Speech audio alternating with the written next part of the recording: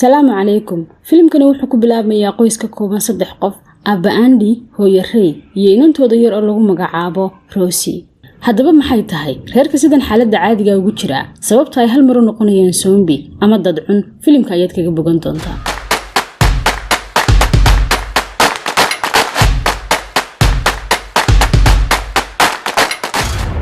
waxay u soo dalxiis tageen meel webi ah iyagoo wata doon yar. wuxuu Aabba Andy si kadis u arkayaa caruur yar oo webiga dacalkiisa ku ciyaaraya. wuxuu isku dayayaa inuu u yeedho, isla markiiba waxa maqlayay qayladiisa. aabbaha caruurta dhalay wuu ka shakiyayaa Andy, isla markiiba wuxuu la soo baxayaa baaskoolad, kadibna Andy wuu iska laabanayaa. Andy iyo xaaskiisu waxay si kadis ku ogaanayaan inay cuntadii ka go'ayso. si kastoo ahaataba Aabba Andy wuxuu og yahay xaaladdan inaanay wanaagsanayn. subaxii dambe Andy wuxuu si kadis u arkayaa doon xumaatay oo taalla webiga qayb ka mid ah. si degdeg ah ayuu laashu kaxaysanayaa, waxaanu aadayaa meeshii doontu taallay si uu uga soo helo waxoogaa cunto ah. nasiib wanaag wuxuu helayaa kartoomo ay ku jirto cunto. si kadis ayuu u maqlayaa qaylo ka baxaysa qol ka mid ah qolalka doonta. hase yeeshee uma joojinayo oo wuxuu go'aansanayaa inuu si dhaqso ah uga baxo goobta. kadibna wuxuu u sheegayaa xaaskiisii waxa uu kala soo kulmay. xogaa kadib wuu seexanayaa Andy. Rayna waxay go'aansanaysaa inay kaligeed gudaha u gasho doontii haleysnayd. iyadu waxay malaynaysaa in gudaha doontu uu ammaan yahay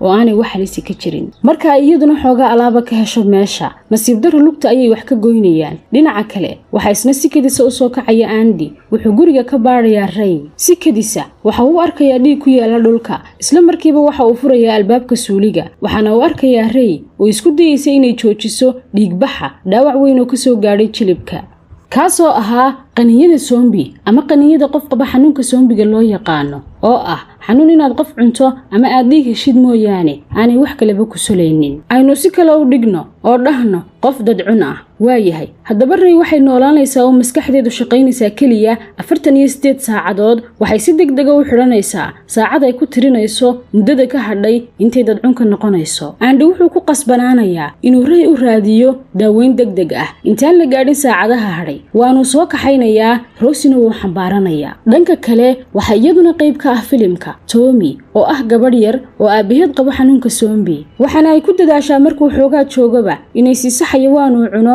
waxaana ay ugu tuurtaa god uu ku jiro. dhanka kale Andy wuxuu gaadhi saarayaa si uu xal caafimaad ugu helo xaaskiisa Ray. xoogaa marka ay wadada hayaan oo xawaaro sare ku soconayo ayuu gaadhiga joojinayaa isagoo eegaya maabka. Rayna waxay isku dayaysaa inay Rosie xafaayadda ka bedesho, kadibna si kadisa ayay dhulka ugu dhacaysaa oo ay dhiig badan u matagaysaa maadaama uu xanuunkii jirkeeda si halis ah ugu fidayo. Andyna wuxuu isku dayayaa inuu xaaskiisa dajiyo. dhanka kale Tommy waxay hadda aabaheed siinaysaa mas si uu u cuno. markasta oo ay u tuurtana dhagaha ayay cabsi darteed isqabataa. si kastoo ahaataba kama daasho inay aabaheed quudiso. dhanka kale gaadhigii bay ku soo noqdeen. Rayna xanuunkii wuu ku sii fiday, waxaana eegaysaa dhaawicii ruugga. waxaana arkaysaa in dhiiggeedii uu xabkoobay, xanuunkina jirkeedii uu ku saaqay. si degdeg ah ayay gaadhiga uga degaysaa. Andyna wuxuu isku dayayaa inuu dajiyo oo uu ku soo celiyo gaadhiga. waxaanay ku dhahaysaa Andy, adigu ma kantarooli kartid xaaladdan, markaa waa inaad badbaadisaa Rosie, waana inaad halkan ka tagtaa. laakiin Andy wuu dejinayaa Ray,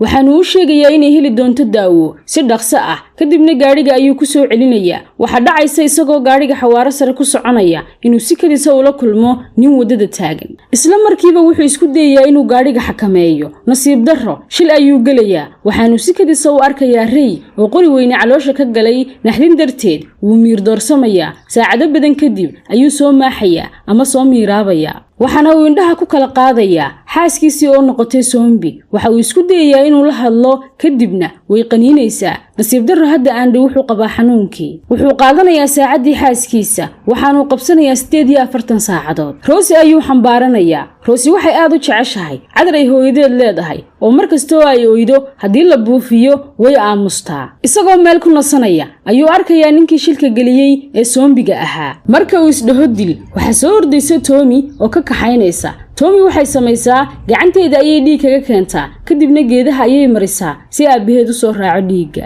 dhanka kale Andy wuxuu imanayaa iskuul, waxaana uu la kulmayaa hooyo howlgab ah oo la dhaho Ata. waxaanay ka caawinaysaa inay u dhaydo nabarka waxaanay u sheegaysaa inay ahayd macallimad laakiin hadda keligeed tahay. dhanka kale waxaa jira Tommy reerkoodii oo ka raadinaya duurka. isla habeenka Andy wuu suuxayaa waxaana uu matagayaa dhiig maadaama uu xanuunkii jirkiisa ku fiday. marka uu waagu bariyo ayuu soo raadinayaa Rosie waxaana uu arkayaa Aato oo ciyaarsiinaysa. kadib Aato waxay uga waramaysaa Tommy reerkeedii iyo aabaheed sida uu ku noqday zoombiga waxaana uu sii wadanayaa socodkiisii. xoogaa kadib wuxuu biyo siinayaa Rosie waxaana uu arkayaa dad zoombi noqday oo dhulka madaxa kula jira waxaana isla markiiba soo dabagelaya nin zoombi ah. xoogaa kadib wuxuu ku soo baxayaa gaari meel yaala waxaanu si kadisa ula kulmayaa nin la dhaho Fiik waxa uu si kadisa u tooganayaa zoombigii daba socday Andy. Fiik waxa xanibay haamaha gaasta oo ku jira god uu ka soo bixi kari waayay waxaana caawinaya Andy kadibna way soo raacayaan. intaa kadib waxa imanayaan meesha gaaska lagu kaydiyo oo uu degan yahay Fiik waxaana meel sare ka arkaysa xaaska Fiik.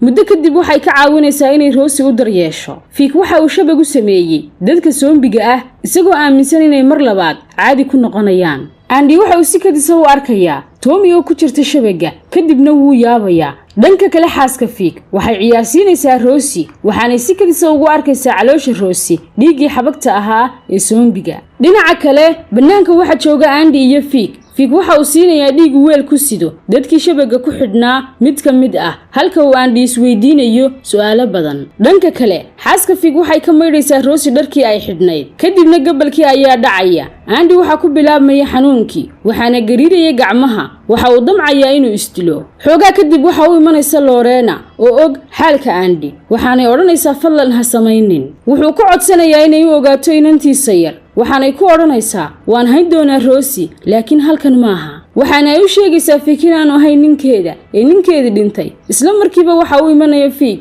waxaana uu Andy ku dhufanayaa madaxa. Andyna dhulka ayuu ku dhacayaa waanu miir beelayaa. xoogaa kadib waxa uu soo kacayaa isagoo Tommy kula jira shabagii ay ku jirtay waxaana uu keenayaa qorshihii ay meesha kaga bixi lahaayeen waanu helayaa kadibna way ka baxsanayaan shabagii. waxaana ay u tagayaan Lorena iyo Rosie si ay meesha uga baxaan dhammaantood. in yar uun markay ordaan waxa soo kacaya Fiik waxaana uu tooganayaa Lorena. Andyna waxa uu la ordayaa labada hablood ee yaryar. xoogaa kadib markay tagaan meel ammaan ah waxay iska caawinayaan sidii ay silsiladaha gacmaha ugu xidhan iska furi lahaayeen waanay ku guuleysanayaan. Tommyna way seexanaysaa. si kastoo ay ahaataba Tommy waxay ku soo kacaysaa Andy oo cunaya godka ay ku jireen gidaarkiisa waana yaxyaxaysaa. subaxii xigay Andy waxa uu ku soo noqonayaa sidii si caadiga ahayd waxaanay sii wadanayaan socodkoodii. xoogaa kadib Tommy waxay u ordaysaa halkii aabaheed joogi jiray waxaanay arkaysaa isagoo dhintay oo geed dusha laga saaray. way ka murugoonaysaa kadibna waxa dhacaysa inay diiday inay raacdo Andy. xoogaa yar markuu socdo ayuu saacadda eegayaa waxaana u hadhay 9 saacadood oo kaliya kadibna ciidda ayuu madaxa la gelayaa waanu miir beelayaa. Tommy waxay si kadisa u maqlaysaa qaylada Rosie. isla marka uu soo kaco Andy wuxuu arkayaa Tommy oo Rosie haysa waxaanay ku dadaalayaan inay ka gudbaan webiga. markay ka gudbaan wuxuu arkayaa bilowgii reerkii uu la kulmay oo aan meeshii joogin. kadib waxay arkayaan gaari meesha yaala gudaha ayay u gelayaan cidna ma joogto. markuu banaanka u soo baxo waxa uu la kulmayaa aabaha qoyska oo qodaya god waxaana uu ka codsanayaa aabuhu inuu dilo maadaama uu haysto baaskoolad ay ku jirto 6 xabbo oo rasaas ah. waxaana uu ku odhanayaa labada soo hadhana adigu qaado aniga iyo reerkayagana na toogo maadaama uu aabuhu zoombi yahay. Andy wuu ka diidayaa. in yar kadib aabuhu wuxuu gacantiisa ku dilayaa reerkiisii isna wuu istooganayaa. xoogaa kadib waxa uu imanaysa Tommy waxaanay u sheegaysaa hadday biriishka ka gudbaan inay u tagaysa reerkoodii isna uu ka caawiyo si ay Rosiena u badbaadiyaan. kadibna socodkoodii ayay sii wadanayaan waxaana ay buundada kula kulmayaan Fiik oo dad zoombi ah dilaya. si kadisa ayay u dhuumanayaan kadibna Fiik iyo Andy dagaal adag ayaa dhex maraya waxaana ay xabadi ku dhacaysaa Andy. intaa kadib Tommy iyo Rosie ayuu weerarayaa Fiik. Tommy ayuu dhulka ka jarayaa Rosiena wuu qaadanayaa. waxa dhacaysa isagoo damacsan inuu dilo Rosie waxa soo kacaya Andy kadibna waxa uu Fiik si adag ugu celinayaa Andy gabadhiisa yar. socod dheer kadib Andy wuxuu soo gaaray waqtigii dhimashada. nasiib darra Andy waxa si kadisa ugu kacay xanuunkii waxaana hal mar iswada bedelaya wajigiisii. Andy waxa uu ku qasbanaanayaa si uu hablaha yaryar u badbaadiyo inta waqtigiisa ka hadhayna aanu u hungurayn labada hablood ee yaryar maadaama ay hadda tamar gabtay Tommy oo ay socon kari weyday sidoo kalena ay dhaawacan tahay. waxa uu ku dhiirigelinayaa inay socoto. ugu dambeyntii wuxuu si kadisa u arkayaa hilib meel yaala kadibna ul ayuu ku xidhanayaa si uu u uriyo. socod gaaban kadib waxay soo gaadhayaan Tommy reerkeedii oo sidii duurka ugu jiray isla marka uu hablaha yaryar keenaba